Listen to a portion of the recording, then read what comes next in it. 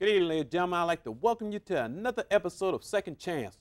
This evening, my guest will be Mr. John Jennings, who will be talking about favor ministry. So sit back, grab your paper and pencil, and enjoy the show. And we'll be right back.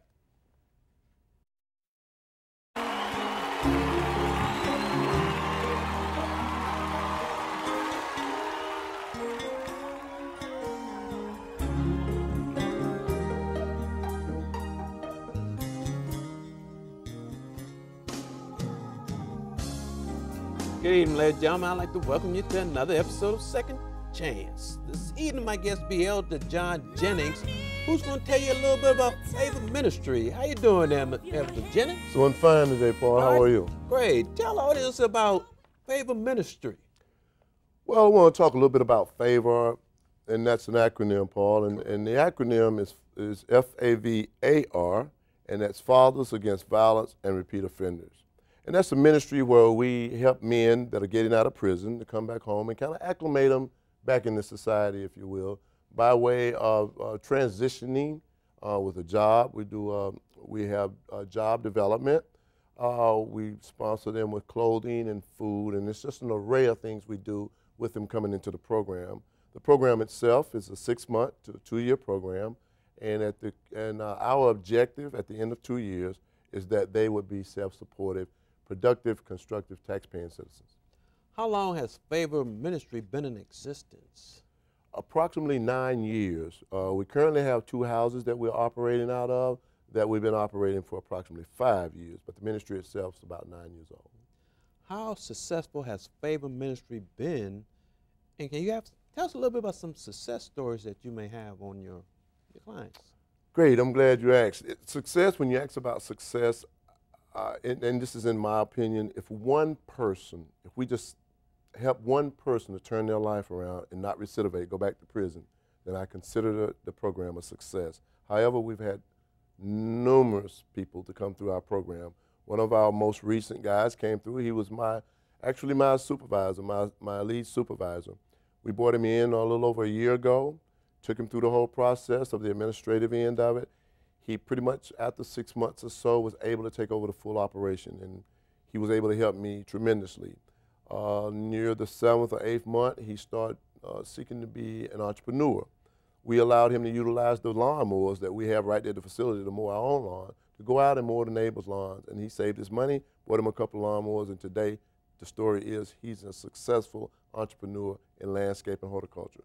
He has since left the program and gotten back with his family and doing well. That's great. Favor Ministry, you're the CEO of the company, and of the ministry. What exactly made you develop this program? Well, Paul, there was several reasons. Actually, it was a vision given to me by God. I myself had made some mistakes, and I had gone off to prison early on in 1991. I was faced with 165 years. I went off to a federal prison, and I did about 5 years in a federal prison and 5 years in a state facility. Having come out, they placed me in a halfway house. I saw the need for men and women during the time that I was coming through to transit back into society. I saw there was a dire need for jobs. I saw that there weren't many people that was willing to reach out and continue to reach out for those that had victimized them. And having become a part of that, I became empathetic along the way, if you will. And with that passion and that drive, God gave me the opportunity. And he gave me the tools that I need to go out and equip these men, prepare them to come back out and be successful citizens. That's a great program. That's something that we need for the individuals that are coming back into society and stuff. But do you get kind of like some negative feedback from communities who may not want programs like yourself in their community? Paul, I'm sure they're out there. I'm sure they are out there, but I haven't experienced that. I've only been we're actually in our 3rd neighborhood now, and neither one of those neighborhoods have ever given us any friction, because I guess maybe I'll attribute some of it to the way I apply it. By going out to the neighbors first, introducing the program, allowing them to know, meeting with homeowner associations, people of the community, and we're givers. I'm glad you brought that up, because I'm teaching and preparing these men to be givers. In times past, we have been takers. or you know, and robbers and doing that kind of thing. Correct. But today we go out, we mow the lawn of the senior citizens. We partner with some of the agencies around town. We have stuff left over like sodas and that kind of thing. We go out and we give it to them. If we need to paint their house, whatever it is we need to do that we can give back. And the neighborhood is really open up and they're really receptive to the program.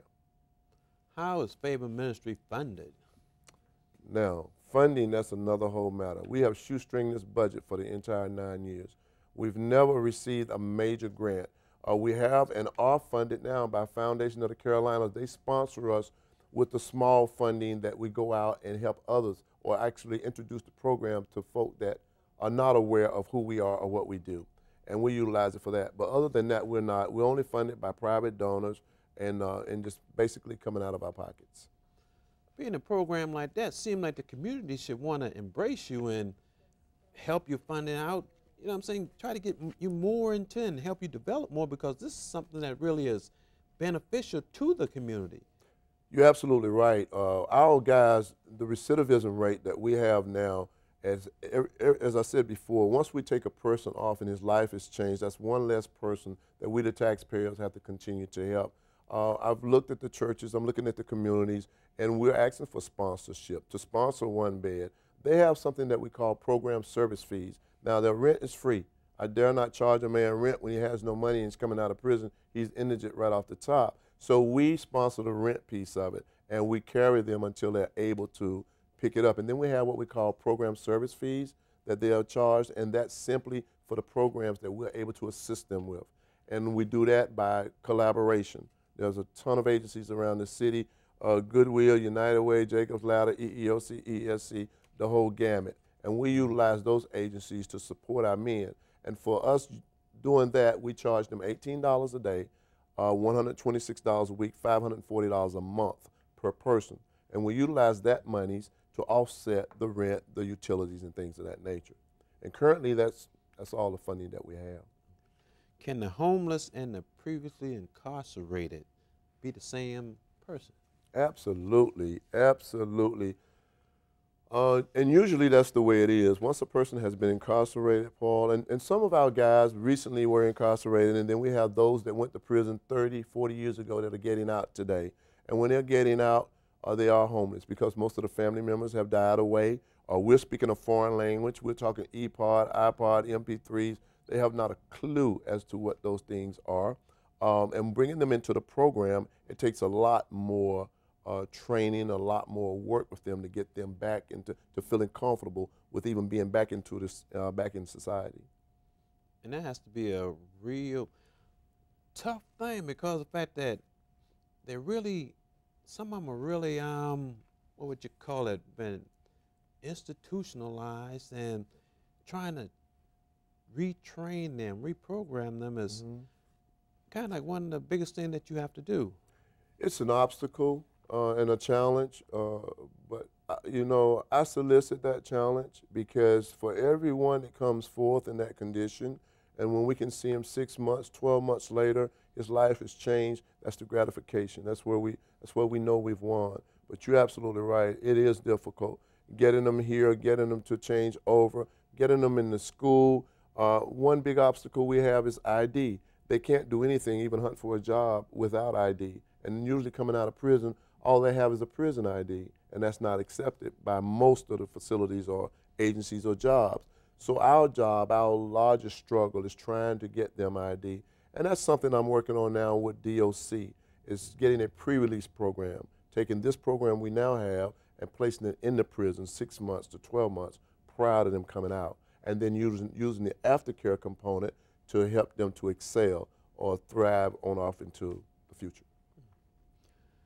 Do you network with the judicial system as far as them, just like you said, an adjustment from that incarceration to society? Do you have some type of network with them? We do have. They have embraced this program. We work closely with Department of Corrections, State of North and South Carolina, and also the federal government. We're working with them as well with the guys. Our city council has stepped up. They've been very supportive, law enforcement, local law enforcement. I'm a chaplain here locally at the Mecklenburg County Jail, as well as the jail on Statesville, Jail North up on Statesville. and they have all embraced this program. I think everyone that works directly with these men are well aware of the dire need that they have, and they are embracing it.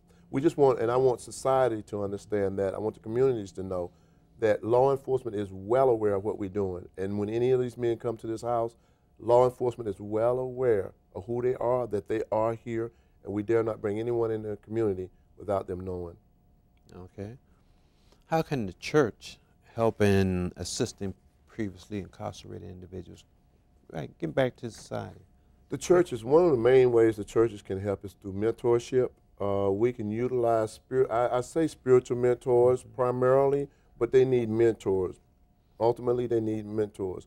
And I solicit those that are spiritual because they're driving down the avenue that we're going down. And that's one of the ways that the churches can help. Another way is by providing, clothing or whatever resources that the churches may be able to provide, or even provide them with resources, referrals, and things of that nature to help them out.